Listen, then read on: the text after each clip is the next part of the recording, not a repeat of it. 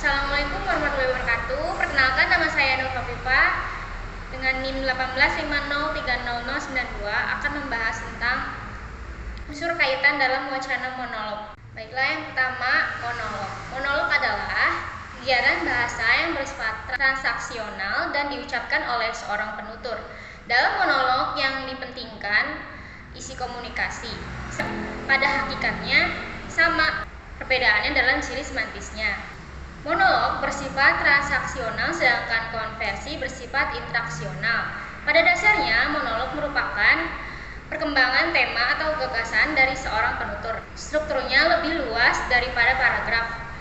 Karena itu, monolog dapat memiliki lebih dari satu gagasan.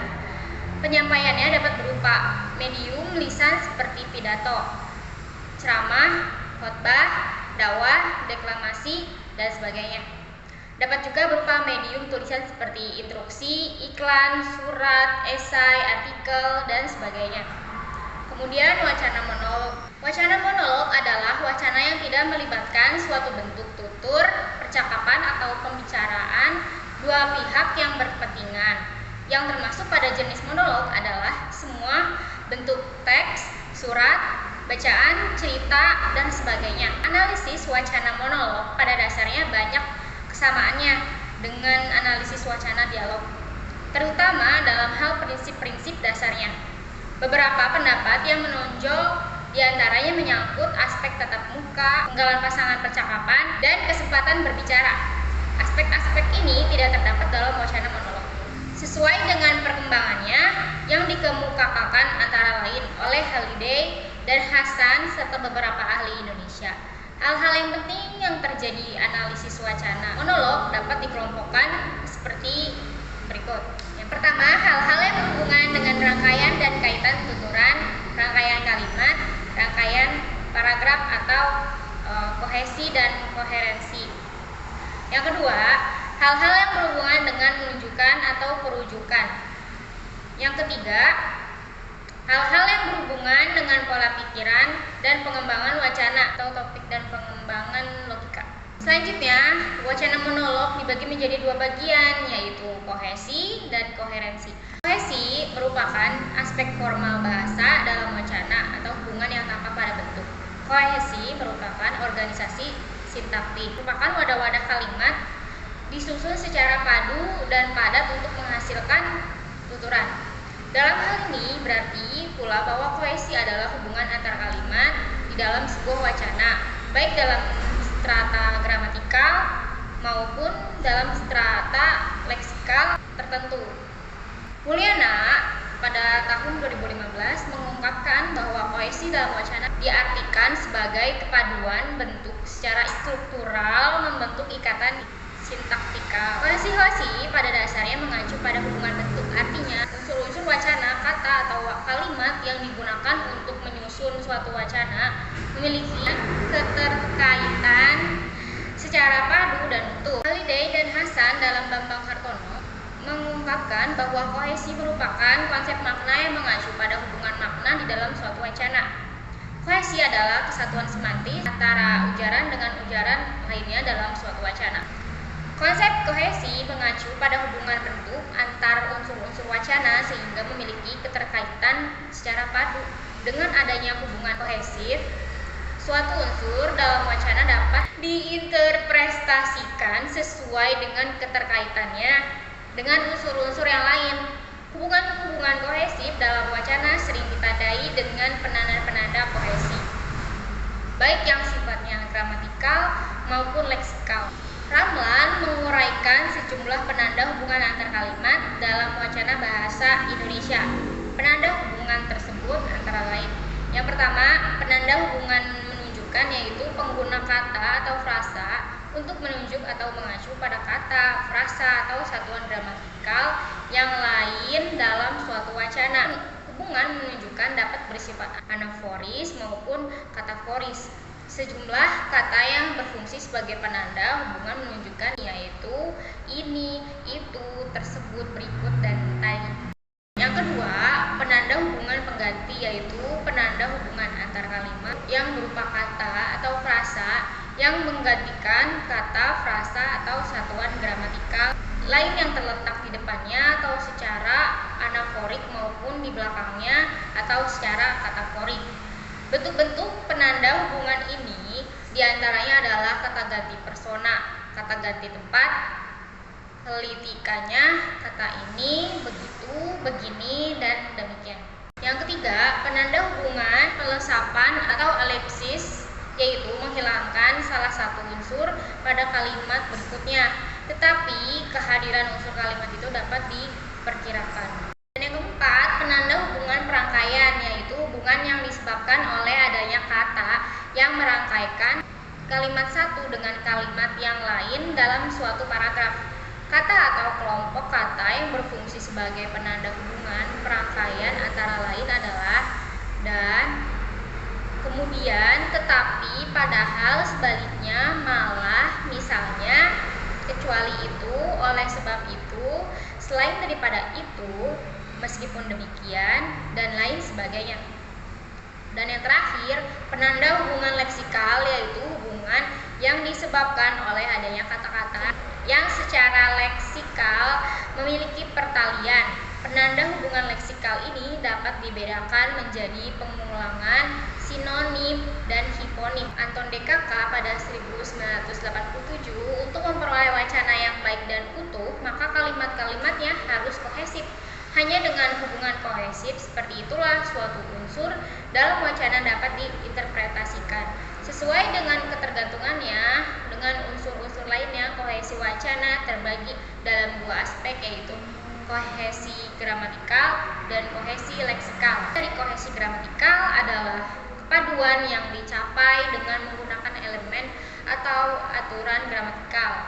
Kohesi gramatikal antara lain dapat terbentuk melalui rujukan, substitusi, dan elipsis. Sarana kohesi gramatikal meliputi referen, substitusi, elipsis, dan konjungsi. Referensi atau pengacuan merupakan hubungan antar kata dengan acuannya. Kata-kata yang berfungsi sebagai pengacu disebut deiksis, sedangkan unsur-unsur yang diacunya disebut antecedan. Yang kedua, substitusi atau penyulihan. Substitusi mengacu ke penggantian kata-kata dengan kata lain. Substitusi hampir sama dengan referensi. Beda di antara keduanya yaitu referensi merupakan hubungan makna, sedangkan substitusi merupakan hubungan leksikal atau gramatikal. Substitusi adalah salah satu jenis kohesi gramatikal yang berupa penggantian satuan lingual tertentu dengan satuan lingual yang lain dalam wacana untuk memperoleh unsur pembeda. Yang ketiga, elipsis atau pelesapan. Elipsis adalah sesuatu yang tidak terucapkan dalam wacana, artinya tidak hadir dalam komunikasi tetapi dapat dipahami. Keempat, konjungsi atau perangkaian. Konjungsi atau kata sambung adalah bentuk atau satuan kebahasaan yang berfungsi sebagai penyambung, perangkai atau penghubung antara dengan kata, frasa dengan frasa, klausa dengan klausa, kalimat dengan kalimat, dan seterusnya. Konjungsi disebut juga sarana perangkaian unsur-unsur kewawancaraan. Beberapa jenis konjungsi antara lain, yang pertama konjungsi adservatif. Nah, contoh katanya itu namun, tetapi. Yang kedua, konjungsi kausal. Contoh katanya sebab, karena. Konjungsi korelatif. Contoh katanya apalagi, demikian juga. Konjungsi subordinatif. Contoh katanya meskipun, kalau. Lalu konjungsi temporal. Contoh katanya sebelumnya, sesudahnya, lalu, kemudian. Selanjutnya, kohesi leksikal. Kohesi leksikal atau perpaduan leksikal adalah hubungan leksikal antara bagian-bagian wacana untuk mendapatkan keserasian struktur secara kohesif. Unsur kohesi leksikal terdiri dari sinonim atau persamaan, anonim atau lawan kata, hiponim atau hubungan bagian atau isi, repetisi atau pengulangan, kolokasi atau kata sanding, dan terakhir ekuivalensi. Kemudian pembahasan selanjutnya, koherensi. Koherensi adalah kekompakan hubungan antara kalimat dalam wacana. Koherensi juga hubungan timbal balik yang serasi antar unsur dalam kalimat. Koherensi merupakan hubungan perkaitan antar posisi, tetapi perkaitan tersebut tidak secara eksplisit atau nyata dapat dilihat pada kalimat-kalimat yang mengungkapkannya. Harimurti Kridalaksana dalam buku Mulyana mengemukakan bahwa hubungan koherensi wacana sebenarnya adalah hubungan semantis. Artinya hubungan itu terjadi antar posisi. Hubungan maknawi ini kadang-kadang ditandai oleh alat leksikal, namun kadang-kadang tanpa pertanda.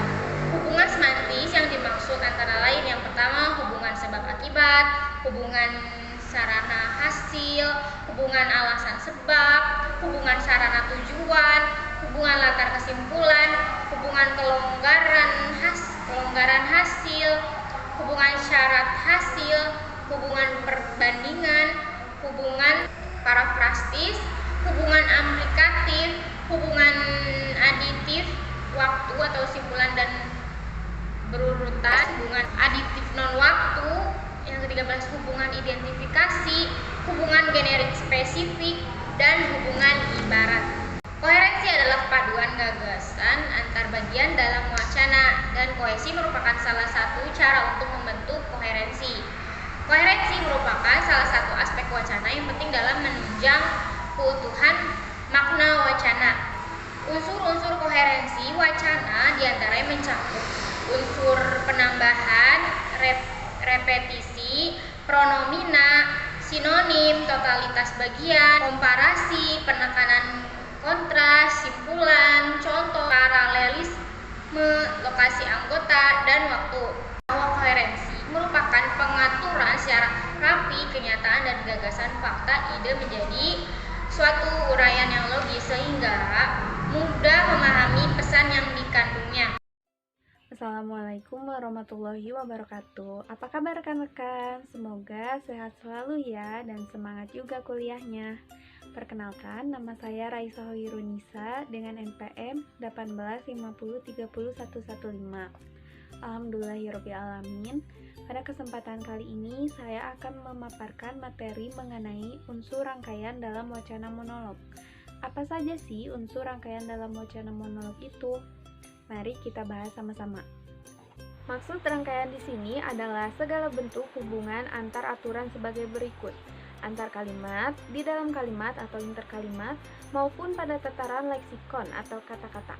Rangkaian seperti ini disebut dengan istilah logika relationship pada satu kesatuan wacana monolog. Sedangkan istilah kaitan di sini diartikan dengan segala bentuk hubungan antar satu alinea dengan alinea lainnya pada satu kesatuan wacana monolog. Selanjutnya, saya akan membahas mengenai beberapa analisis rangkaian dan alinea. Yang pertama, mengenai analisis rangkaian antar kalimat. Analisis rangkaian antar kalimat ini berarti menekankan kesesuaian atau keserasian antar kalimat yang satu dengan kalimat lainnya, sehingga susunan kalimat yang terdapat di dalam wacana tersebut dapat membentuk sebuah wacana yang padu atau serasi. Pada contoh wacana di samping, terdapat 4 kalimat di dalam satu alinea, yang satu sama lainnya saling berhubungan. Hasil analisisnya sebagai berikut. Kalimat nomor 2 merupakan jawaban terhadap pertanyaan kalimat nomor 1 yang menyanggah bahwa remaja Indonesia itu tidak cengeng. Kemudian kalimat nomor 3 merupakan pembuktian dari kalimat nomor 2 karena memaparkan bukti atau fakta bahwa beberapa tahun terakhir negara atau beberapa orang di Indonesia ini berhasil membawa puluhan medali dalam berbagai olimpiade dunia. Kemudian yang ketiga, kalimat keempat merupakan contoh-contoh yang menguatkan bukti-bukti kalimat pada nomor 2 dan 3 dengan memberikan fakta-fakta pemerolehan medali dari berbagai bidang. Selanjutnya, saya akan membahas mengenai analisis kaitan alinea. Di dalam KBBI, alinea berarti bagian dari wacana yang mengungkapkan satu ide atau pikiran yang lengkap, atau satu tema yang di dalam ragam tulis itu ditandai oleh baris yang menjorok ke dalam, atau jarak spasi yang lebih. Nah, alinea ini biasanya disebut dengan paragraf. Dalam menganalisis kaitan alinea ini, berarti kita harus mencari keterkaitan atau hubungan antara alinea satu dengan alinea lainnya. apakah suatu alinea di dalam wacana tersebut sudah dapat dikatakan selaras dan padu atau tidak. Misalnya sudah, maka keterpaduan tersebut akan menghasilkan suatu teks yang baik atau relevan dari segi pemaknaannya. Terdapat 3 bagian di dalam analisis kaitan alinea. Yang pertama, kaitan ke bawah. Maksudnya adalah adanya relevansi atau hubungan antara penjelasan alinea 1 untuk menjelaskan awal alinea 2. Misalnya, terdapat kata yang masih dalam topik yang sama. Kemudian, alinea 2 tersebut berisi tentang pemaparan pada alinea 1 akhir. Kemudian yang kedua mengenai kaitan ke atas. Misalnya, adanya relevansi dan keselarasan dengan cara alinea 1 meningkatkan diri dengan alinea 2 melalui penggunaan kalimat tertentu. Hal tersebut menjadi pengembangan untuk alinea 2. Dan yang terakhir, kaitan ke atas dan ke bawah. Misalnya, awal alinea 3 ini meningkatkan diri dengan alinea 1 dan 2 melalui penggunaan kata terakhir. Sedangkan kalimat terakhir pada alinea 3 memberi indikasi atau petunjuk bahwa terdapat kaitan dengan alinea 4. Selanjutnya mengenai materi analisis rangkaian dalam kalimat atau interkalimat. Berdasarkan wacana yang tertera di dalam salin dia, hasil analisisnya sebagai berikut.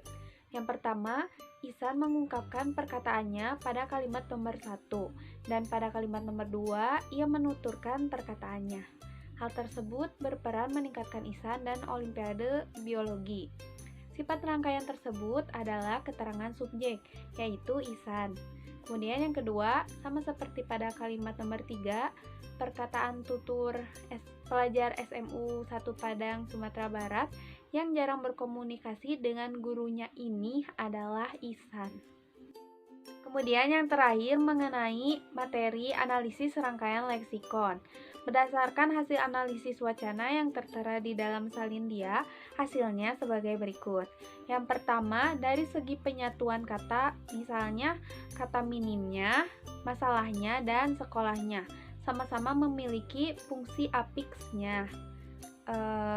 Pada kata minimnya dan masalahnya, fungsi afiksnya ini berarti membedakan, sementara fungsinya pada kata sekolahnya bermaksud sebagai kata ganti.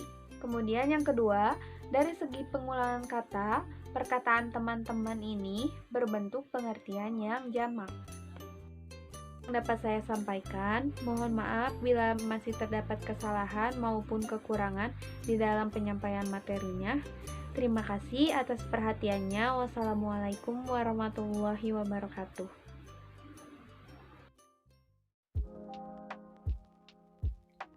Bismillahirrahmanirrahim. Assalamualaikum warahmatullahi wabarakatuh. Sebelum masuk ke materi, perkenalkan nama saya Benadia Muslimawati Lamusu dengan NIM 185030127. Sebelumnya telah dibahas oleh rekan-rekan saya tentang hal-hal penting yang menjadi bahan analisis wacana monolog. Terdapat 3 hal penting. Yang pertama sudah dibahas, yaitu hal-hal yang berhubungan dengan rangkaian dan kaitan tuturan berupa kohesi dan koheren. Maka selanjutnya yang akan saya bahas yaitu yang kedua dan yang ketiga. Yang kedua adalah hal-hal yang berhubungan dengan penunjukan atau perujukan berupa referensi. Yang ketiga, hal-hal yang berkaitan dengan pola pikiran dan pengembangan wacana berupa topik dan pengembangan logika. Hal-hal yang berhubungan dengan penunjukan atau perujukan berupa referensi menurut Sumarlam tahun 2003, halaman 23, yang dimaksud pengacuan atau referensi adalah salah satu jenis kohesi gramatikal atau berupa satuan lingual tertentu yang mengacu pada satuan lingual lain atau suatu acuan yang mendahului atau mengikutinya. Lanjut, menurut Ramlan tahun 1993 halaman 12, yang dimaksud referensi atau penunjukan adalah penggunaan kata atau frasa untuk menunjuk atau mengacu kata, frasa, atau mungkin juga satuan gramatikal yang lain. Dengan demikian, dalam penunjukan itu terdapat 2 unsur, yaitu unsur penunjuk dan unsur tertunjuk. Kedua unsur itu harus mengacu pada referen yang sama. Lalu terdapat jenis referensi. Menurut Jajah Sujarma tahun 1994 halaman 51, referensi dalam analisis wacana dapat berupa dapat dilihat pada bagian terdapat endofora dan exofora. Endofora ini bersifat tekstual atau referensi acuan ada di dalam teks, sedangkan exofora bersifat situasional atau acuan dan referensi di luar teks. Endofora ini terbagi lagi menjadi anafora dan katafora berdasarkan posisi atau distribusi acuannya atau referensinya. Anafora merujuk silang pada unsur yang disebutkan terdahulu. Katafora merujuk silang pada unsur yang disebutkan kemudian. Lebih lanjut, Sumarlam tahun 2003 halaman 23 menegaskan bahwa berdasarkan tempatnya, apakah acuan itu berada di dalam teks atau di luar teks, maka pengacuan dibedakan menjadi dua jenis.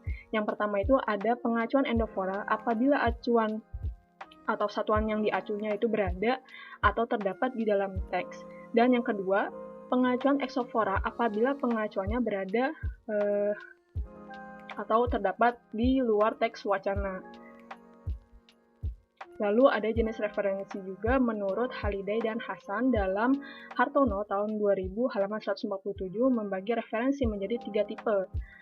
Ya, yang pertama ada referensi persona, kemudian demonstratif, dan komparatif. Yang pertama ada referensi persona. Referensi persona ini mencakup ketiga kelas kata ganti diri, yaitu kata ganti orang pertama, kata ganti orang kedua, dan kata ganti orang ketiga, termasuk singularis dan pluralisnya. Referensi persona ini direalisasikan melalui pronomina persona atau kata ganti orang. Yang kedua, referensi demonstratif. Menurut Krida Laksana tahun 1994 halaman 92, demonstrativa adalah jenis yang berfungsi untuk menunjukkan sesuatu atau antecedent di dalam maupun di luar wacana. Dari sudut bentuk dapat dibedakan antara demonstrativa dasar seperti itu dan ini, kemudian demonstrativa turunan seperti berikut, sekian, lalu demonstrativa gabungan seperti di sini, di situ, di sana, ini, itu, di sana, sini.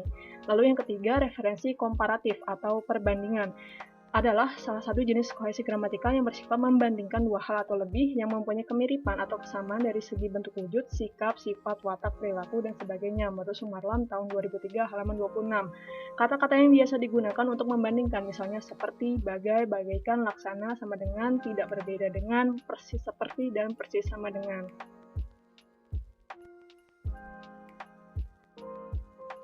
Jika tadi membahas yang kedua referensi, maka yang ketiga adalah hal-hal yang berkaitan dengan pola pikiran dan pengembangan wacana berupa topik dan pengembangan logika. Hal-hal yang berkaitan tersebut, yang pertama ada pola pikiran wacana, dan yang kedua pola pengembangan wacana. Yang pertama, pola pikiran wacana. Fisik dan isi sebuah wacana diwujudkan oleh kelompok kalimat yang ada dalam wacana itu. Kelompok kalimat itu merupakan satu kesatuan yang dimaksud dengan dinamakan alinea. Pengertian paragraf alinea ini merupakan kumpulan suatu kesatuan pikiran yang lebih tinggi dan lebih luas daripada kalimat.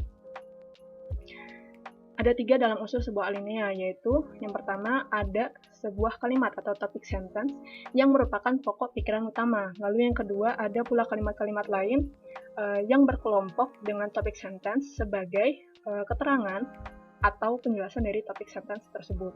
Lalu yang ketiga, ada keterangan-keterangan pada bagian-bagian utama pada kalimat-kalimat tersebut. Terutama kalau alineanya itu hanya terdiri dari satu kalimat yang panjang saja. Dalam hal ini, topik sentence adalah main sentence atau inti sebuah kalimat. Lalu, ada variabel letak topik sentence. Yang pertama ada topik sentence pada permulaan alinea. Pada umumnya, sifat alinea ini sifatnya menguraikan sesuatu atau menjelaskan pendapat. Maka letak topik sentence ini pada permulaan alinea itu. Pengertian permulaan alinea ini bukan hanya pada kalimat-kalimat bagian permulaan alinea itu. Yang kedua ada topik sentence pada pertengahan alinea. Sebuah alinea yang topik sentence pada pertengahan alinea biasanya dijumpai pada alinea yang mengandung pengantar dan penutupan, sedangkan bagian tengahnya merupakan pokok-pokok persoalan bagi alinea itu. Yang ketiga ada topik sentence pada akhir alinea. Pengertian bagian akhir tidak selamanya berarti kalimat yang paling akhir, tetapi kalimat-kalimat bagian penutup. Pemakaian gaya seperti ini biasanya untuk suatu aspek di main topik sentence tersebut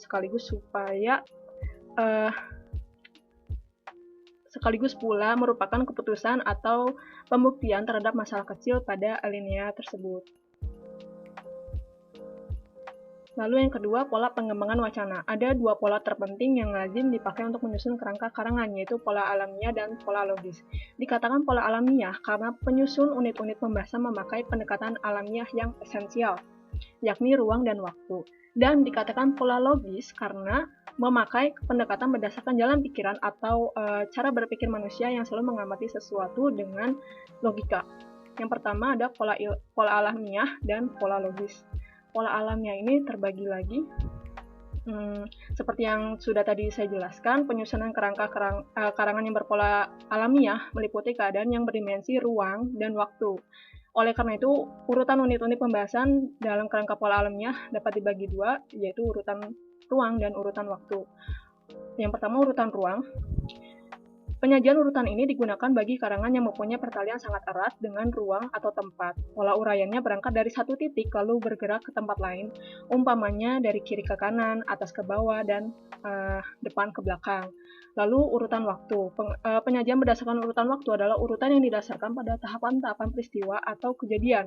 Pola urutan waktu ini sering digunakan pada cerpen, novel, roman, kisah perjalanan, cerita sejarah, dan sebagainya. Lalu, pola logis. Dikatakan pola logis karena memakai pendekatan berdasarkan cara berpikir manusia. Cara berpikir ada beberapa macam dan pendekatannya berbeda-beda tergantung pada sudut pandang dan tanggapan penulis terhadap topik yang akan ditulis. Berikut beberapa macam pola logis yang digunakan dalam mengembangkan wacana. Yang pertama ada urutan klimaks atau anti klimaks. Pola penyajian dimulai dari hal yang mudah atau yang sederhana menuju ke hal yang makin penting atau puncak peristiwa dan sebaliknya untuk anti klimaks. Yang kedua, urutan sebab akibat. Pola urutan ini bermula dari topik atau gagasan yang menjadi sebab berlanjut topik gagasan yang menjadi akibat. Lalu yang ketiga, urutan pemecahan masalah.